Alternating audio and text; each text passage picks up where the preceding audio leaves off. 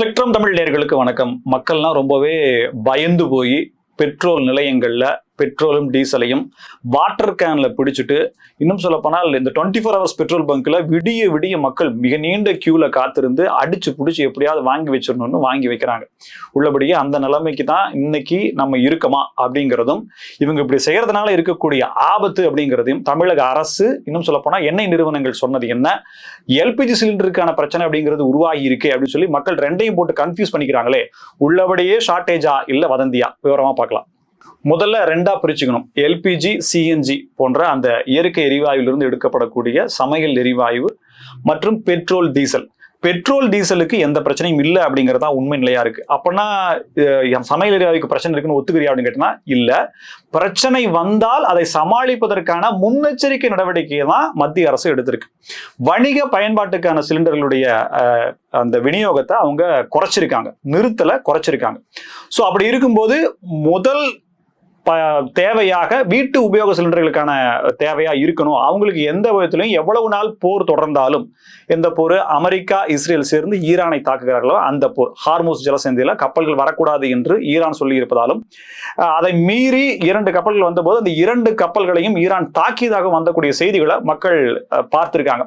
So இது ரொம்ப நாளைக்கு நீடிச்சா நமக்கு கிடைக்காதுன்ற ஒரு பேனிக் பையிங்ல மக்கள் இந்த மாதிரி செய்யறாங்க அப்படின்றதான் ஒண்ணு. சிஎன்ஜி மற்றும் எல்பிஜிக்கான தட்டுப்பாடு இருக்கா அப்படின்னா அதுவுமே சமாளிக்கக்கூடிய அளவுல தான் இருக்கு. ரஷ்யா கிட்ட பேசிட்டு இருக்காங்க. கூடிய விரைவில் ரஷ்யாவில இருந்து எல்பிஜி வரக்கூடிய சாத்தியக்கூறுகள் இருக்கு. இப்ப அப்படியே பெட்ரோலுக்கு வந்தோம்னா, பெட்ரோல் டீசலுக்கு எந்த விதமான தட்டுப்பாடுமே இல்லை. தமிழ்நாடு மற்றும் பாண்டிச்சேரியில பெட்ரோல் டீசலுக்கு எந்த விதமான தட்டுப்பாடுமே இல்லை. தமிழ்நாடு மற்றும் பாண்டிச்சேரியில 7000 பெட்ரோல் பங்க் இருக்கு. இதன் மூலியமா பெட்ரோல் விநியோகிக்கப்பட்டு வருது. இவங்களுக்கு ரெகுலரா அந்த எண்ணெய் வழங்கு நிறுவனங்கள் மூலியமா பெட்ரோல் குடோன்கள்ல இருந்து, சுத்திகரிப்பு நிலையங்கள்ல இருந்து எடுத்து வரக்கூடிய வேலை அப்படிங்கிறது லாரிகள் ட்ரிப் மூலியமா செஞ்சுட்டு இருக்காங்க.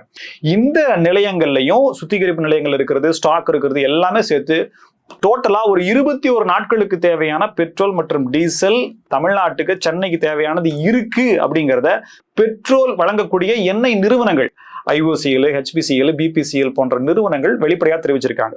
தமிழக அரசு போக்குவரத்து கழகத்தில் இயங்கக்கூடிய பேருந்துகளுடைய எண்ணிக்கை தோராயமாக 20,000க்கும் மேல. ஒரு நாளைக்கு எவ்வளவு டீசல் கன்சப்ஷன் அவங்க பண்ணுவாங்கன்றது நீங்களே யோசிச்சீங்க. மக்கள் இவ்வளவு வேகமா போய் நம்ம வாங்குறோம் இல்லையா? நம்ம வாங்குறது என்ன, அதிகபட்சம் ஒரு 20 லிட்டர் 30 லிட்டர் வாட்டர் கேன்ல நீங்க வாங்குறீங்களா? ஆனா ஒரு தமிழ்நாடு அரசு போக்குவரத்து கழகத்துக்கு 20,000 பேருந்து ஒரு நாள் பூரா இயங்குச்சுன்னா எவ்வளவு டீசல் தேவைப்படும்? ஒரு 10 நாளைக்கு எவ்வளவு டீசல் தேவைப்படும் அப்படிங்கறத நீங்க யோசிச்சு பாருங்க. ஒருவேளை பெட்ரோல் டீசல் தட்டுப்பாடு அப்படின்னா போக்குவரத்து கழகம், இன்னும் சொல்ல போனா தமிழக முதலமைச்சரே சொல்லியிருக்காரு, பெட்ரோல் டீசலுக்கு எந்த தட்டுப்பாடும் இல்லை அப்படின்ற விஷயத்தையும் சொல்லியிருக்காரு.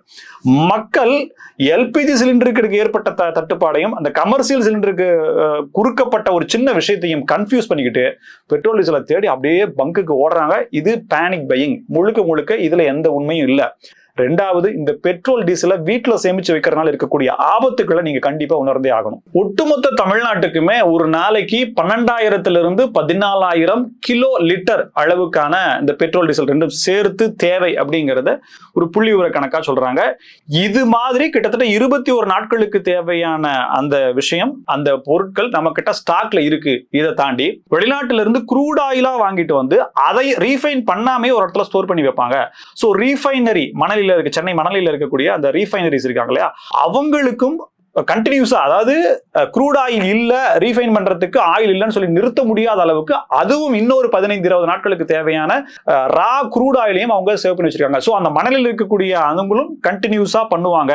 இது எல்லாம் சேர்த்தா 21 நாள் இல்ல, மிக அதிகப்படியான நாட்களுக்கான பெட்ரோல் டீசல் இங்க இருக்கு அப்படிங்கிறது உண்மை நிலவரமா இருக்கு. இப்போ சிலிண்டர்களுக்கு வந்து அப்படின்னா எல்பிஜி, சிஎன்ஜி போன்ற அந்த எரிவாயுகளுக்கு வந்தீங்க அப்படின்னா இதை சேமிச்சு வைக்கணும் அப்படின்னா மிக அதிகப்படியான ஒரு பெரிய கட்டமைப்பு வேணும், அது பாதுகாப்பு வேணும். சோ எவ்வளவு நாட்களுக்கோ அது மட்டும் தான் இருக்கும். ஒரு நீண்ட நாட்களுக்கு தேவையான வாயுக்களை சேர்த்து வைக்கிறது அப்படிங்கிறது வந்து கொஞ்சம் கடினமான காரியம். ரெண்டாவது, டிரான்ஸ்போர்ட் அப்படிங்கிறதும் இந்தியாவினுடைய தேவைக்கு கிட்டத்தட்ட 80% அளவுக்கு அந்த ஹார்மூஸ் ஜலசந்தி வழியாக மத்திய கிழக்கு நாடுகள் இருந்தா வருது அப்படிங்கிறதுனாலையும், போர் தொடங்கி கிட்டத்தட்ட 12 நாட்களுக்கு மேல தாண்டிடுச்சு அப்படிங்கிறதுனாலையும் ஒரு சின்ன குறைவை மத்திய அரசு ஏற்படுத்தி இருக்கு. இது மிகப்பெரிய பாதிப்பை ஏற்படுத்துமா அப்படின்னா இல்ல. ரஷ்யா கிட்ட இருந்து பேசிட்டு இருக்காங்க. கூடிய விரைவில் அங்கிருந்து எல்பிஜி வந்துருச்சு அப்படின்னா எந்த விதமான பிரச்சனையும் வராது. ஒரே ஒரு கப்பல் இந்திய வெளியுறவுத்துறை அமைச்சர் ஜெய்சங்கர் ஈரானுடைய மந்திரி கிட்ட பேசி அங்கிருந்து ஒரு கப்பல் மும்பை கடற்கரைக்கு வந்திருக்காங்க. அங்க துறைமுகத்துக்கு வந்து அங்கிருந்து அந்த பிரச்சனைகளை சமாளிப்பதற்கான முயற்சிகளை எடுத்திருக்காங்க. ஸோ எல்பிஜி சிஎன்ஜிக்கான பிரச்சனைகளை கூடிய சரி செய்வதற்கான முயற்சிகளை மத்திய அரசு எடுத்திருக்கு.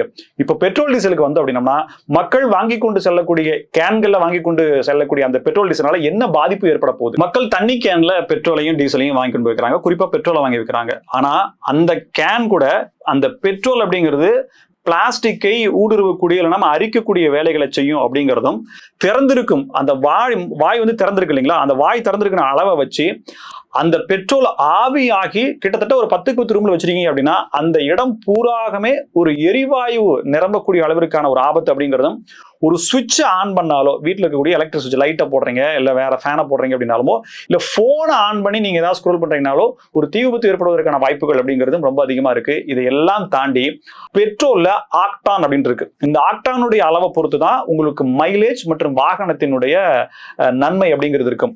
இதை நீங்க ஒரு இடத்துல ஸ்டோர் பண்ணி வச்சீங்க அப்படின்னா இந்த ஆக்டானுடைய அளவு குறையும். இது குறைஞ்சு அந்த பெட்ரோலை நீங்க வாகனத்துல போடும்போது வாகனத்தினுடைய செயல்திறன் அப்படிங்கிறது குறைந்து போவதற்கும் வாகனம் பழுது ஆவதற்கான வாய்ப்புகள் அப்படிங்கிறதும் அதிகமாக இருக்கு அப்படிங்கிறது அறிவியல் உண்மையா இருக்கு. இந்த இடத்துல நம்ம இன்னொரு விஷயத்த புரிஞ்சே ஆகணும். ஒருவேளை பெட்ரோலுக்கும் டீசலுக்கும் தட்டுப்பாடு இருக்குன்னே வச்சுக்குவோம், அரசு நம்ம கிட்ட வெளிப்படையா எப்ப சொல்லும்? அரசு சொல்லாது இல்ல. ஒருவேளை தீர்ந்து போச்சு அப்படின்னா நாளை முதல் பெட்ரோல் கிடைக்காதுன்னு எந்த பெட்ரோல் பங்க்லயாவது போட்டிருக்காங்களா? பெட்ரோல் இல்லை, பெட்ரோல் பங்க் மூடப்பட்டது அப்படின்னு சொல்லி தானே போட்டிருக்காங்க. திடீர்னு அவங்க அப்படி சொல்லிட்டாங்க அப்படின்னா நம்ம எப்படி போய் பெட்ரோல் வாங்குறது அப்படின்னு சொல்ல பயம் மக்களுக்கு இயற்கையாகவே இருக்கு. ஏன்னா கடந்த காலங்கள்ல அப்படிதான் நடந்திருக்கு. ஆனா இந்த விஷயத்துல பெட்ரோலை வண்டியில போடலாம், இல்ல வாகனங்கள்ல பெரிய கனரக வாகனங்கள்ல போடலாம்.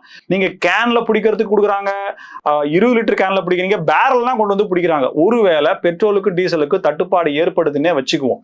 அப்படி இருக்கும்போது அரசு இல்லைன்னா பெட்ரோல் பங்கு இந்த மாதிரியான கேன்களில் கொடுப்பதற்கோ அல்லது நீங்க வேற வாகனங்கள் இல்லாமல் வேற பொருட்களை நீங்க வாங்கி கொண்டு போய் ஸ்டோர் பண்ணி வைக்கிறதுக்கான விஷயங்களை கொடுப்பதற்கோ இல்லைன்னு சொல்லுவாங்களா? சொல்ல மாட்டாங்களா? அது இன்ன வரைக்கும் சொல்லவே இல்லை. ஆனா இதை வாங்கி வைக்கிறதுனால ஏற்படக்கூடிய பாதிப்பு அப்படிங்கிறது நீங்க நினைச்சு பார்க்க முடியாத அளவுக்கு இருக்கும். பெட்ரோலினுடைய அளவும் குறையும். ஆவி ஆகும் போது நீங்க 20 லிட்டர் வாங்கி வைக்கிறீங்க அப்படின்னா அது குறைவதற்கான வாய்ப்பு இருக்கு. சுற்றுச்சூழலுக்கு மாசு ஏற்படும், பெரிய தீ விபத்து ஏற்படுவதற்கான வாய்ப்பு நிறைய இருக்கு. இது காற்றுல கலந்தாலும் அதுவும் பிரச்சனை ஏற்படுவதற்கான வாய்ப்புகள் இருக்கு. ஸோ பேனிக் பையிங்னால ஒரு 10 லிட்டர் செலவாகிற இடத்துல திடீர்னு எல்லா மக்களும் சேர்ந்து 1000 லிட்டர் 2000 லிட்டர்னு வாங்கினீங்க அப்படின்னா திடீர்னு பெட்ரோல் காலியாக தான் போகும். அதை எடுத்து வரக்கூடிய வாகனத்தினுடைய அந்த தரவுகள் அப்படிங்கிறது இப்ப என்னன்னா ரீஃபைன் பண்ற இடத்துல பெட்ரோல் இருக்கும், டீசல் இருக்கும். இப்ப 21 நாட்களுக்கு பெட்ரோல் இருக்குன்னு சொல்றாங்கன்னா ரீஃபைனரி பண்ற இடத்துலயும் இன்னும் ஸ்டாக் இருக்கிற இடத்துலயும் சொல்றாங்க. அங்கிருந்து பங்குக்கு எப்படி வரும் அப்படின்னு சொல்லி நீங்க கேட்கலாம். அதுவும் தான் என்ன அப்படின்னா நீங்க ஒரு ப்ராப்பரா